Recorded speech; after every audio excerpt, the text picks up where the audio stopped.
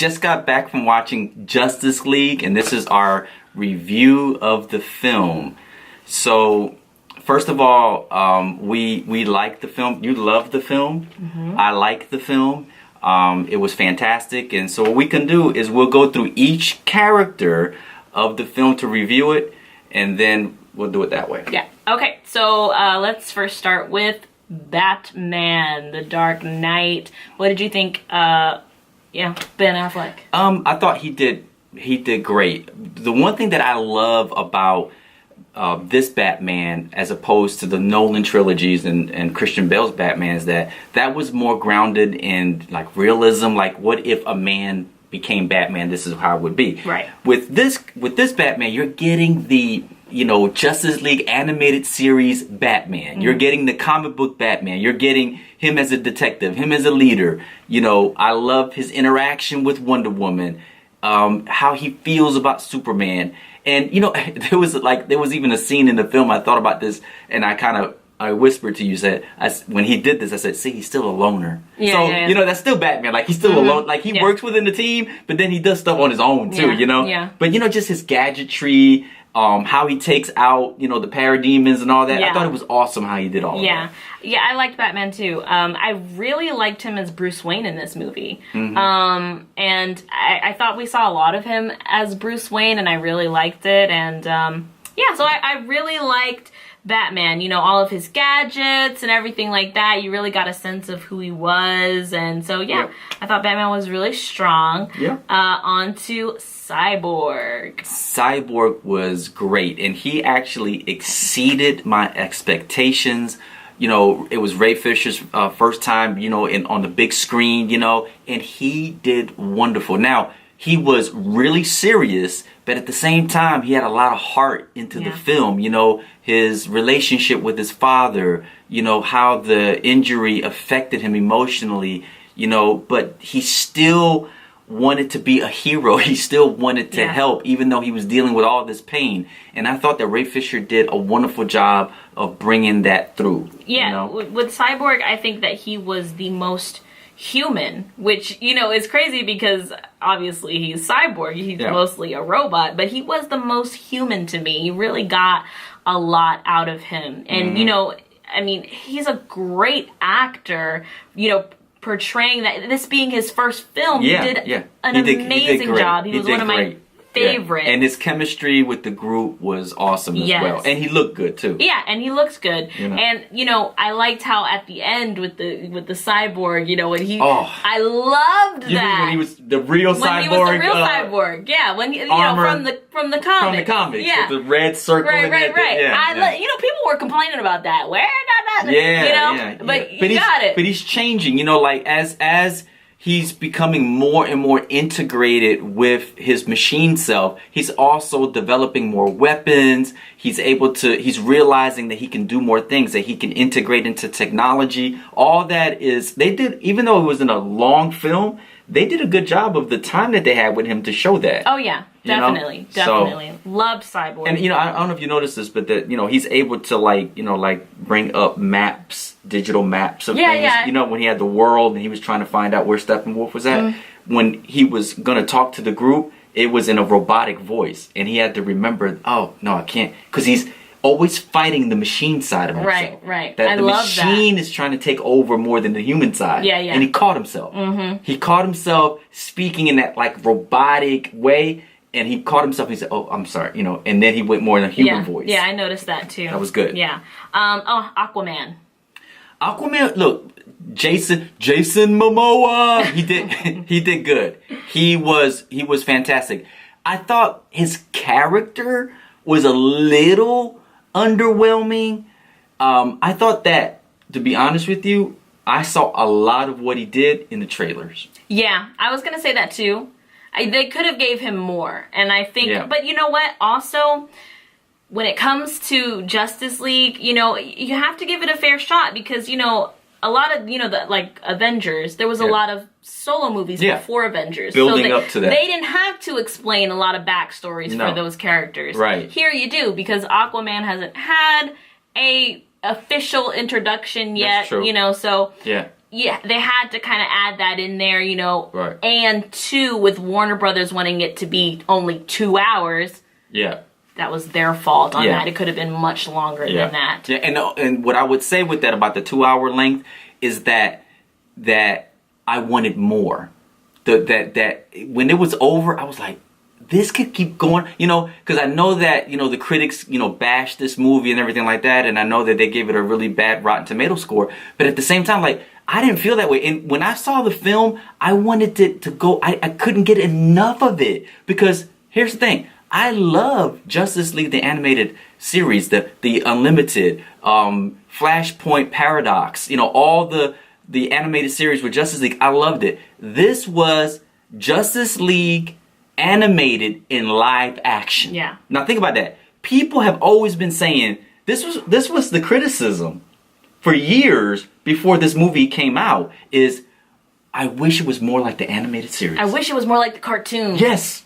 Isn't that what the criticism was? Mm-hmm. That I wish there was more. If they made it just like the animated series, it would be guess what? That's what this is. This is what this is. This is exactly that. Yeah. Live action of the animated Justice League cartoon. And I say too, you know, like, if you're a fan of the animated series, if you're a fan of Justice League Unlimited, you will love this movie, because it really, the banter between all of them and everything like that is really, all really the solid. Lines were just kind of, it flowed really well. Yeah. And my thing is, yes, the movie has flaws, just like any other movie has flaws. Yes. And we'll get into scores and that whole Rotten Tomatoes crap in a second. Okay. Let's move on to Wonder Woman. Wonder Woman was Wonder Woman. Yeah. Gal Gadot. Yeah. She was fantastic. I mean, she was the leader of the group, even though at first I felt that she was a reluctant leader. Mm-hmm. And I thought that they played on that very well. But as far as everything else, you know, how she looked, her armor, her fighting styles, you know, her visually, you know, how she came across, her interaction with the other members, all that was great. Now, the one thing that you would say you didn't like was her hair sometimes. Right. Sometimes her hair looked a little frizzy, but not because, I'm not saying that in a nitpicky way. I'm just saying that as, you know, just like, you know, to pay attention to it next time, but I also know too that she is a warrior, and sometimes girls, we do have bad hair days. Like, that's just a fact. You know, our hair isn't always going to look bouncy and curly and stuff. But, you know, I mean, they could have paid more attention to it. And I didn't, like, I agree with you. It wasn't an eyesore for me, you know, and it didn't take away from the movie. Yeah, right? no, it didn't take away from the movie. I just noticed it. But to your point, in the Wonder Woman film, her hair was fantastic. Every shot. It was on point. And my thing is this. She's Wonder Woman. It's going to be on point. Right. I don't care if she's a warrior and she's going through bullets and dirt and brick and all that. Her hair's still going to look good. Yeah. And I don't care. Right. I don't care about it being realistic. Oh, it should be dirty. Nah. She's Wonder Woman. You're going to make sure her hair's on point. But Patty Jenkins made sure that she paid attention to that. Mm-hmm. That was, you could tell. Yeah. Right? And maybe they didn't pay as much attention to it. But it still was good. Yeah, that's just a throwaway thing. Yep. Next, Flash. Ezra Miller. So good. Amazing. I love Flash. To me, he was the best thing of this movie. Not just because he was funny, but because there was a real likability to him. Yes. I loved his story with his father, and I loved his character. And, you know, there was some criticism that, you know, I know Grace, love you, Grace, but I know a lot of people watch Grace and her reviews. You know, she didn't like Ezra Miller as Flash. She thought that he ran away with the character. I don't think so at all. I think he embodied the character a lot. Yeah. And I just think he was great. He had great lines. You know, he interacted with each member so well. Yeah. And that impressed me too, how he had a dynamic with each character. Wasn't that cool with Cyborg? With Cyborg, with Superman, with Batman, everybody. With all of them. With all of them. He had great chemistry with everybody. Yeah. So I thought that was great. And what that told me is that, you know, Ezra Miller took this responsibility of being this live action on film, you know, Flash very seriously. That he did his preparation, that he studied for this, that he really tried hard. And you know the thing about it, he's so likable. Yeah. Like in the film, like Ezra Miller, like you just like him, and that's kind of what you want to do with Barry Allen. You want to like Barry Allen because, and they'll cover that later in the other solo movies. Yeah. Because of everything that he goes through. I can't wait for his solo movie. I can't wait for it. They showed just a little bit of the pain with his father in the movie, just a little bit, a little tad, and then you just want him to be happy. Mm-hmm. You know what I'm saying? I think his movie would be really, really good, especially with that whole thing that he has with his dad and his mother's death and that whole Flash storyline. Right. What's also great, and you mentioned this before, is that he was great as Flash, even though the TV show is great. Yeah. He had a lot. And it's crazy that all of these DC characters have something to compete with when they go on screen. Yes. Superman, Henry Cavill has to deal with Christopher Reeves. Batman has to deal with Christian Bale. And Michael Keaton. All of these other, iterations of Batman. Adam West. Aquaman doesn't really, he's the first Aquaman, but he also has to deal with, the stigma of being Aquaman. Being a weak kind of Aquaman. People laughing at him. People always, viewed him as weak, the robot chicken sketches and all that stuff. Right. And Wonder Woman with Linda Carter. Yeah. So, I mean, all of, and, with Flash and the Flash TV show, they all have something to compete with other than, So I would say this. DC is in a very, and that's why I call this a course correction.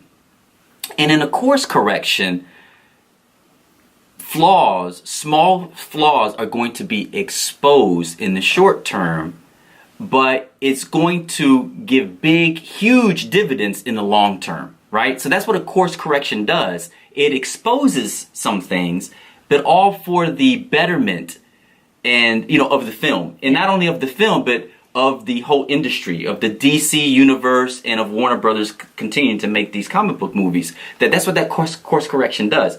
I like what they did with it because it's going to you're going to look forward to the Flash movie. Right. You're going to look forward to the Aquaman movie. You're going to look forward to the Cyborg movie because you love them in this movie. And that's what's important. That's what it wanted. That was the goal of this movie. Exactly. And it accomplished that goal. It did. Check mark. Ding. Boom. There Boom. it is. There you go. So we can move on to the big guy. Last but not least, Superman. His return in the movie is epic. Yeah. Epic. I mean, when he fights Aquaman, look, I'm saying, am I really, is this before my eyes? Yeah. I'm like 10 years old looking at my older self thinking, man, you finally got to see this? Yeah. Superman fight Aquaman, Wonder Woman, and Cyborg in live action in a movie? And the Flash. It was that whole scene was amazing, and I told my dad this like as soon as I got out of the theater. I was like, that one little scene when Flash was coming around and Superman looked, that one scene, and he's fighting Wonder Woman while he's holding them back and and Flash is like like that. He's that like, one what little in scene, the world? That one little scene beats that whole Civil War battle that they had. Yeah. That one little moment beats all of that. I don't care what you say. Yeah. That's what I say. Yeah. It beats all of that. All of that. That one little moment. Yeah. That was something that you see out of the cartoon. Yes. Out of a comic book. Yes. That's what you want to see. Yeah. And they did that. Yeah. One thing with Clark, a lot of people with the whole mustache thing. Yeah, it was kind of to me, it's because it was so much hype about it and it was on social media. If it was never out there like that, then you wouldn't have noticed it. Like, to your average audience, you're not going to notice it. But if of course, if you read about it and you've seen it, you're going to look for it, right? But it didn't take away from anything. It's the Superman that we've all been waiting for. It's the Clark Kent. And I always said this, Henry Cavill is a very charming person. If you ever just listen to him in interviews, I told my daughter, I said, if he could just be Clark like he is when he does interviews, that's what you want. Yeah. Right? So, smiling, engaging, just really, just very charming, I would say. and it came across in this. And then you got the heroic Superman that you've always wanted, making jokes while battling. Yeah. Like I've never seen that before in this. Not even Christopher Reeve wouldn't even do that, right. know? But they did this in this. So I just thought that was great. So on to the villain, which was Steppenwolf. Steppenwolf. Which everybody, I'm not going to say everybody, but a lot of people did not like him as... Because he was a total villain. CGI character. Yeah. And, I will say this, that I didn't think he looked horrible. And like you said, wide shots, he didn't look as good. But then actually close up on his face, they did a really good detailed job. I just still would have wanted motion capture on his face, because you still want a human presence there. Yeah. I don't care if it was the actor's face there. I still wanted to, because you have more of a connection that way. Yeah. I mean, but one thing about Steppenwolf is, a lot of people were saying, well, I didn't really feel a threat level there, or, I didn't, really get anything from him. I think you really weren't supposed to. He was like the gatekeeper. He was just there for those mother boxes. Yep. He was serving a higher power, which I wish they would have established that more. Him and Darkseid, him Yeah, mentioning Darkseid and the Apocalypse. He did once. He only said Darkseid once. So that kind of disappointed me a little bit. I just wanted a little bit more of that. I wanted the hierarchy to be established. But again, the 2-hour time frame. Right. Warner Brothers kind of kept that from happening. I'm sure Zach included all of that. I know that battle when Steppenwolf first came was longer. Because think about it. Did you see how big the gods were? Yeah, they were How much huge. big? They were huge. But you only saw them for like a second. For a second. You saw Zeus shooting the lightning for a second. I wanted more of that, And so that's what I would say. I would say that I think Warner Brothers put this out now because, they had to, right? Like now's the time to put this out, and they know that there's going to be more that they can build off of it. You know what I'm saying? But I think they're looking too much into the criticisms, like, oh, Batman v Superman was too long. Well, now it's got to be 2 hours. Yeah, no, you do it the way that you want to do it and put it out. You listen to some things that you know are reasonable, but don't listen to the people who are just nitpicking it just to nitpick it and then say it has to be 2 hours long. Right. No. Yeah. No, don't do that. Right. But again, with Steppenwolf, his greatest moment to me was him and the Amazons. That whole scene was when amazing. he, like I said, that was for Steppenwolf. That was his best entrance because he's there to get the mother boxes. That's the plot of the film. They do explain a little bit about the mother boxes just to give you a little bit of backstory, which was enough for me. You don't need to spend 10 minutes explaining to me the mechanisms of the mother boxes. They do enough of that. But it's basically he wants to get these 3 mother boxes, combine them, and destroy the world. Plain and simple. And so he does that. But his entrance into when he attacks the Mascara. Yeah. And they're in there. And them Amazons is in there waiting for him to come down that boom tube. And they're there like Greek warriors, ready to take him out. And then the queen is trying to get out. And those Amazons are holding the walls up. Epic. I would say epic. Yeah. And they're hitting those pillars. Yeah. And she's getting out like some Egyptian pyramid. Yeah. You know what I'm saying? I mean, that was that. And then him trying to get the mother boxes from the Amazons as they're trying to keep it away from him. Yeah. Because they're on that horse. They're overwhelmed by him. Yeah. Yeah. And then at the end, when all those Amazons started coming to surrounding him, and then he went up in the boom tube. Very nice. But so that was. Those are moments like that you're not going to get in any other superhero film. No. You're not going to get those types of fight scenes. Just saying. Right. But yeah, so let's move on to that's the overall thing of the movie, the plot, and everything like that. Yeah. Negatives to me are it was a little rushed with the 2-hour time frame. That's pretty much it to me. To me, the 2-hour time frame and a little bit of the CGI, I could tell where some of the reshoots were at, and the only reason I know that is because of Henry Cavill and because of some of the green screen behind it.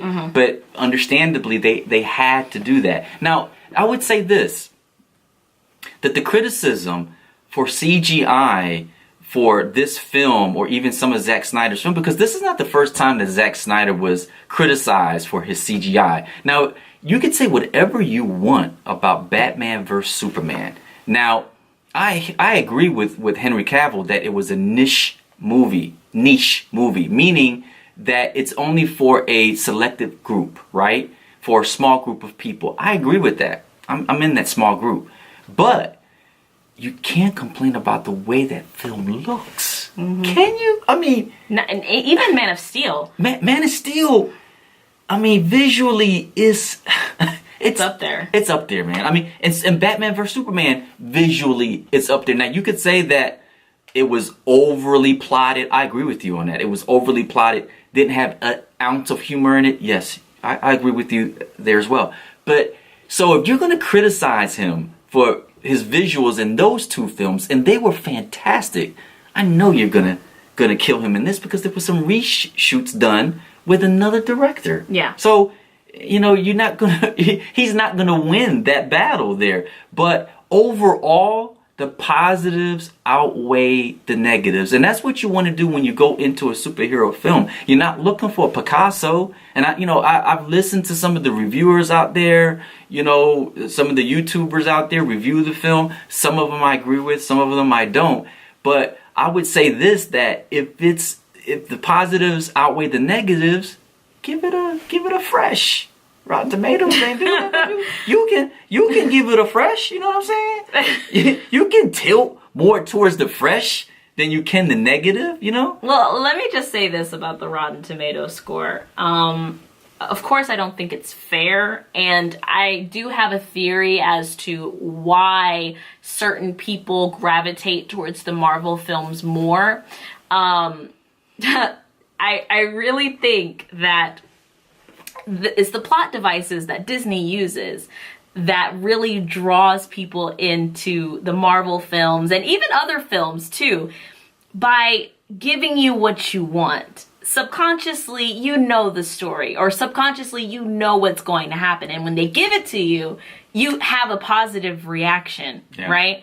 So I'll give you an example. In Avengers, when Tony Stark is laying there dead, right? And you're like, oh man, he can't be dead. And then he wakes up. Yeah. He wakes up. He's not dead. They gave you what you wanted. Yeah. You knew what was going to happen. Yes. You got it. It's like a conversation, right? When somebody's, conversating you and you're like, okay, if they say this next, they got me. And then they say it, they got you, right? Yeah. So that's what I think that the whole... why people like it so much. And even with like a movie, like this isn't a comic book movie, but the movie Avatar by James Cameron, I always told, hey, certified fresh. Force Awakens, certified fresh. Certified fresh. Iron Man 3, certified fresh. Thor Ragnarok, certified, what? Thor Ragnarok, certified fresh. Yeah. Anyway, that... we could go on. We could go on. Ant-Man, certified fresh. Thor: The Dark World, certified fresh. Even in a movie like Avatar, you know the story. It's a pretty well-known story. It's like a Pocahontas story, Dances with Wolves story. Yeah. You subconsciously already know the story, so when things are unfolding and happening, you like it because you've heard it before, So that's why I think people like the Marvel movies, that they, like those types of movies. And when a DC movie comes around and they change stuff around, they don't like it, Right. Yeah. So that's just my theory. Tell me what you guys think about that type of theory. But that's my theory. What did you think about the musical score? Oh, it was great. I loved the integration of the Batman theme and the Superman theme and, him using pretty much everything. And Flash's theme was good. Flash's theme was really good. To me, his was the best. Because I would say this, in Elfman, the composer, he said that, why not use what we have in our history? Meaning... we have this rich history of the first Superman movie with John Williams. The best scores. And, Batman. The best scores. The Nolan trilogy and Michael Keaton's right. Batman. Yeah. The best scores ever in superhero movies. Yeah. And here's the other thing. I never hear, and tell me what you think about this, but I never hear about the scores of the Marvel films. Never. That never is something to grade. But anytime a DC movie comes up, they want to know what the score is. You know why? Because you have something to compete with. Yeah. You have something that you can gauge it by. Like measure it from. the Nolan trilogies, you want to know, can you top that? Or even Batman vs Superman's score and Man of Steel score was great. Yeah. So they want to know what the scores are, you know? But to me, it's just that the criticism is so unfair. You know, Thor Ragnarok, hilarious, funny, whatever. 93%. I mean, come on, let's be real about it. And also, you know, a Thor Ragnarok being a comedy-filled movie, and then a DC movie comes out and they give you a little bit of comedy, it's too silly. Yeah. It's too fluffy. Right. They don't joke. Yeah. You know, what? What I don't like is just the unevenness, you know, the biases that people use. You can be funny here, but you can't be funny here. Yeah. You know, that just doesn't fly with me. What you're telling me is that a DC film has to be perfect or close to perfect for you to give it a stamp of approval. It has to be Oscar-worthy perfect for you to give it a stamp of approval. Like Dark Knight. For The Dark Knight. Yeah, it's an Oscar winner. It's the greatest comic book movie of all time. Yeah. But I mean, but yeah, he's right. He likes some of the Marvel movies. I don't. They're just not for me. They're just not my cup of tea, and that's You think they're superficial. Yeah, I think they're superficial. I think they're popcorn movies. Yeah. You know, they're they're mostly for kids type of thing. Right. Which is why I've always been such a DC fan, because they're a little bit more darker, a little bit more edgier. Their characters are way more interesting to me. But I do believe that the mainstream, you know, audience is going to like Justice League. Yeah. I think that they are, and I think that they're going in the right direction, and that I think it's a template of improvement, you know, for future films. Yeah. And that's the way that I would judge it, you know, and measure it. So, you ready to give it a final score? Yes. What's yours? Okay, so my score is going to be a solid B. And I'm going to give it 8 out of 10. That's my score. Really? Yeah. Okay. That's exactly what I was going to say. I give it a B, and I give it 8 out of 10. Yes. And I can't wait for the solo movies. I think this movie right here is a great template for all these characters to go in their little ways and everything like that, and give their solo movies. Right. And then we'll get our Justice League 2.